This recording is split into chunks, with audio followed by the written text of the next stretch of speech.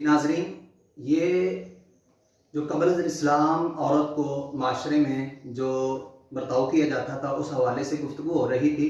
میں دوبارہ جناب قبلہ استاد گرامی سے عرض کرتا ہوں کہ ہمارے مقدس دین اسلام نے جو عورت کو حقوق دیے ہیں، جو مقام و مرتبہ دیا ہے، اس حوالے سے ناظرین کو کچھ بتایا جائے۔ یہ بڑا اچھا سوال ہے کہ عورت کو دین اسلام کے اندر انتہائی اعلیٰ مقام عطا کیا گیا ہے۔ نبی کریم صلی اللہ علیہ وآلہ وسلم نے خصوصیت کے ساتھ عورتوں کے ساتھ اس نے سلوک کا پیغام دیا، بلکہ حضور نبی کریم صلی اللہ علیہ وسلم نے اپنی زندگی مبارک میں جو آخری کلام کیا نا، اس میں بھی حضور علیہ السلام نے فرمایا کہ اتقوا اللہ فی الضعیفین، کہ دو کمزور مخلوقوں کے بارے میں اللہ سے ڈرتے رہو، المرأۃ والمملوک، ایک عورت اور دوسرا غلام، کیونکہ غلام کی حیثیت بھی انتہائی بدترین تھی اس دور میں، اور عورت کی بھی انتہائی بدترین تھی۔ حضور علیہ السلام نے اپنی آخری وصیت کے اندر بھی ان کے ساتھ اس نے سلوک کا پیغام دیا، بلکہ نبی کریم علیہ السلام نے فرمایا استوصوا بالنساء خیرا، میں تمہیں عورتوں کے ساتھ جو ہے نا وہ بھلائی کی وصیت کرتا ہوں۔ فرمایا ما اکرم النساء الا کریم وما اہانہن الا لئیم، فرمایا کہ عورتوں کی عزت صرف معزز آدمی ہی کر سکتا ہے، جو معزز ہے نا عزت والا وہی عورتوں کی عزت کرتا ہے، اور فرمایا کہ ان کی توہین صرف وہی کرتا ہے جو گھٹیا ہے، لئیم ہے، یعنی گویا کہ عورتوں کی عزت کرنے والا نبی کریم صلی اللہ علیہ وسلم نے ارشاد فرمایا کہ وہ معزز ہے، یعنی ان کو عزت عطا فرمائی۔ بلکہ سرکار دو عالم صلی اللہ علیہ وسلم کی ایک حدیث تو یہاں تک ہے، حضور علیہ السلام نے فرمایا خیرکم خیرکم لأہلہ وانا خیرکم لأہلی، تم میں سے بہترین وہ ہے جو اپنے گھر والوں کے لیے بہتر ہے، اور فرمایا میں تم میں سے اپنے گھر والوں کے لیے بہتر ہوں۔ سرکار دو جہاں علیہ السلام نے عورتوں کو عزت عطا فرمائی، ان کو مرتبہ مقام عطا کیا اس معاشرے کے اندر کہ جہاں بیٹی کو زندہ زمین میں دفن کر دیا جاتا تھا، نبی کریم صلی اللہ علیہ وسلم نے اس معاشرے میں اپنی بیٹیوں کی عزت فرمائی۔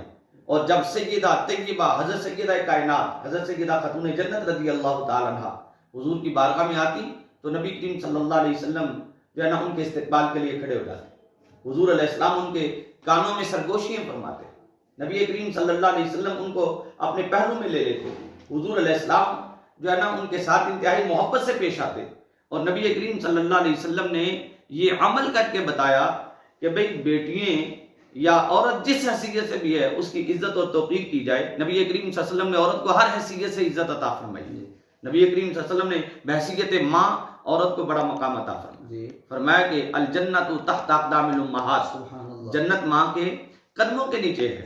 اور ایک مقام پہ آتا ہے کہ ایک شخص حضور علیہ السلام کی بارگاہ میں آیا اور اس نے آ کے عرض کی من احق الناس بحسن صحابتی، یا رسول اللہ صلی اللہ علیہ وسلم میرے سب سے زیادہ اچھے سلوک کا حقدار کون ہے؟ حضور علیہ السلام نے فرمایا امک، تیری ماں۔ اس نے کہا پھر ثم من، پھر کون ہے؟ فرمایا ثم امک، پھر تیری ماں۔ اس نے کہا ثم من، پھر کون ہے؟ فرمایا ثم امک، پھر تیری ماں۔ پھر اس نے کہا کہ ثم من، پھر کون؟ حضور نے پھر چوتھی مرتبہ فرمایا ثم ابوک، پھر تیرا باپ۔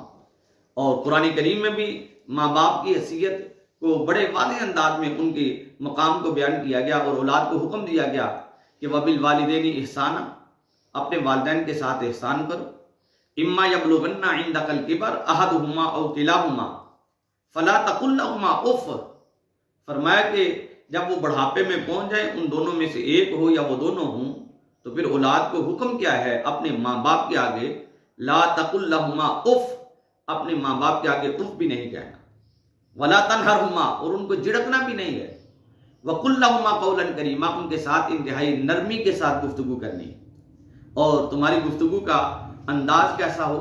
فرمایا واخفض لہما جناح الذل من الرحمہ، اپنے یہ محبت بھرے ہاتھ ان کے سامنے باندھ لو، ادب کے ساتھ انتہائی نرمی کے ساتھ بات چیت کرو۔ یہ مقام ہے ماں باپ کا، اور خصوصیت کے ساتھ ماں کا ذکر چونکہ آج کی ہماری اس گفتگو میں ہو رہا ہے، تو بحیثیت ماں اسلام نے عورت کو بڑی عزت عطا کی ہے۔ نبی کریم صلی اللہ علیہ وسلم نے ان کی رضا کو رب کی رضا قرار دیا، اور ماں کی ناراضگی کو رب کی ناراضگی قرار دیا۔ سرکار دو جہاں علیہ السلام نے اسی لیے فرمایا اس سے بڑا بد نصیب ہی کوئی نہیں ہے جس کو ماں باپ بڑھاپے کی عادت میں مل جائے، ان کی خدمت کر کے جنت کا حقدار نہیں بن سکتا۔ اور اسی طرح اگر عورت کو بحیثیت بیٹی دیکھا جائے تو نبی رحمت صلی اللہ علیہ وسلم نے بیٹی کو رحمت قرار دیا. فرمایا کہ بیٹیاں ماں باپ کے لیے ذلت اور رسوائی کا سبب نہیں بلکہ بیٹیاں تو اللہ کی رحمت ہیں. سرکار دو جہاں علیہ السلام نے فرمایا کہ جو اپنی 2 بیٹیوں کو اللہ کی رضا کے لیے پالتا ہے اور پھر رب کی رضا کے لیے ان کی شادیاں کر دیتا ہے، سرکار دو جہاں علیہ السلام نے فرمایا کہ قیامت کے دن وہ بیٹیاں اپنے ماں باپ اور جہنم کے درمیان دیوار بن جائیں. اور ایک روایت میں تھا حضور نے فرمایا قیامت کے دن وہ میرے ساتھ جنت میں داخل. سبحان اللہ. بیٹیوں کی عزت جو ہے یہ اسلام نے بیٹی کو عزت بھی عطا فرمائی. اور پھر اسی طرح بحثیت اس معاشرے میں جہاں لوگ بیٹیوں کو زندہ زمین میں دفن کر دیا کرتے تھے، امام الانبیاء صلی اللہ علیہ وسلم نے بیٹیوں کو عزت عطا فرمائی. بحثیت بیوی عورت کی کوئی حیثیت نہیں تھی قبل از اسلام. نبی کریم صلی اللہ علیہ وسلم نے بحثیت بیوی عورت کو مقام عطا کیا. فرمایا ان کے ساتھ اس نے سلوک کرو، ان کے نان و نفقہ جو ہے نا اس کی ادائیگی مرد کی ذمہ داری ہے. فرمایا ان کے ساتھ جو ہے نا اگر ان سے کوئی ایسا عمل ہو جاتا ہے جو تمہاری طبیعت پہ ناگوار گزرتا ہے ان کو درگزر کرو، معاف کرو. فرمایا لا تضربوا اماء اللہ، اللہ کی بندیوں کو مارو نہیں. نبی کریم صلی اللہ علیہ وسلم نے ان کو مارنے سے جو ہے نا وہ منع فرمایا. فرمایا کہ ان کے ساتھ اس نے سلوک سے پیش آ. ہاں قرآن کریم میں بھی اللہ رب العزت نے ارشاد فرمایا ہے کہ تم عورتوں کے ساتھ اس نے سلوک سے پیش آؤ.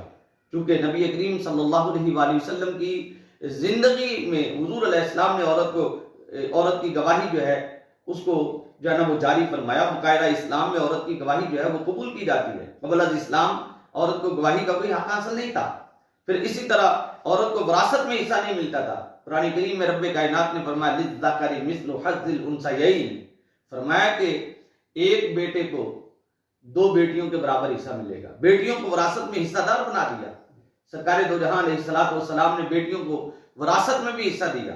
پھر ان خواتین کو کمانے کی جو ہے نا وہ اجازت دی گئی کہ وہ اپنا مال کما سکتے ہیں اور ان عورتوں کو وراثت میں جائیداد بنانے کا، بلکہ اگر شوہر فوت ہو جاتا ہے تو ہمارے دین میں عورت کو اس کی وراثت میں حصہ دار بنا دیا گیا کہ اگر شوہر کی اولاد ہے تو بیوی کو وراثت سے 8واں حصہ ملتا ہے اور اگر شوہر کی اولاد نہ ہو تو بیوی کو وراثت میں 4تھا حصہ ملتا ہے.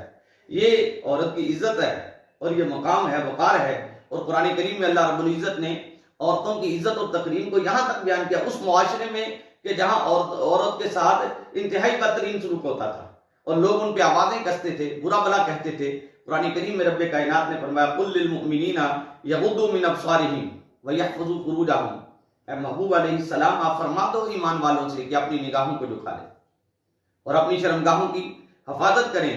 ذالک ازکی لہم، یہ ان کے لیے زیادہ پاکیزہ اور زیادہ ستھرا ہے. ان اللہ خبیر بما یصنعون، کہ بے شک اللہ تعالیٰ جو وہ کرتے ہیں اللہ تعالیٰ ان کے ہر عمل سے باخبر ہے. یعنی باقاعدہ مرد کو حکم دے دیا کہ اپنی نگاہوں سے عورت کو اپنی نگاہوں کے تیر کا نشانہ نہ بنائے، بلکہ خواتین اگر آ رہی ہیں تو اپنی نگاہوں کو جھکا لیں. اور اسی طرح مومن عورتوں کو بھی یہ حکم دیا گیا کہ وہ بھی اپنی نگاہوں کو جھکا لیں اور اپنی شرمگاہوں کی حفاظت کریں. ولا یبدین زینتہن، اپنی زینت کو ظاہر نہ کریں مگر جو ان سے ظاہر ہو. تو یہ دیکھیں کہ اسلام میں عورت کو کس قدر جو ہے نا وہ عزت اور عفت اور عصمت جو ہے نا اس کی حفاظت جو ہے نا اسلام نے کی ہے اور مرد کو حکم دیا کہ اپنی نگاہیں جھکا لیں.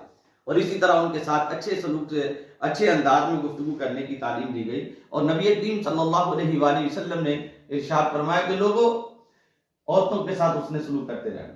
حضور علیہ السلام نے حجۃ الوداع کے موقع پہ بھی اپنی امت کو یہی پیغام دیا، کیونکہ معاشرے میں خواتین کو جو عزت وقار اسلام نے دیا ہے کسی اور مذہب نے عطا ہی نہیں دیا. اللہ کا فضل ہے کہ اللہ نے ہمیں مسلمان بنایا ہے، ہمیں مسلمان گھرانوں میں رکھا ہے. آج الحمدللہ ہم ہر حیثیت سے اپنی بہنوں کی، اپنی بیٹیوں کی، اپنی ماؤں کی، اپنی بیویوں کی جو ہے نا وہ عزت و تکریم کرتے ہیں، اس لیے کہ ان کی عزت و تکریم جو ہے نبی کریم علیہ السلام نے فرمایا صرف معزز آدمی ہی کر سکتے. سبحان اللہ. جی ناظرین، ماشاءاللہ بہت اچھے انداز میں آپ نے ہمارے ناظرین کو اس حوالے سے عورت میں اسلام میں عورت کے کیا حقوق ہیں، کیا مقام ہے، اس حوالے سے گفتگو فرمائی. آپ کا بہت بہت شکریہ. اللہ تعالیٰ ہم سب کو دین اسلام کی تعلیمات پہ عمل کی توفیق عطا فرمائے. ہمارے پروگرام کا وقت ختم ہوا جاتا ہے، ہم آپ سے اجازت چاہتے ہیں. پاکستان زندہ باد، شیران اسلام.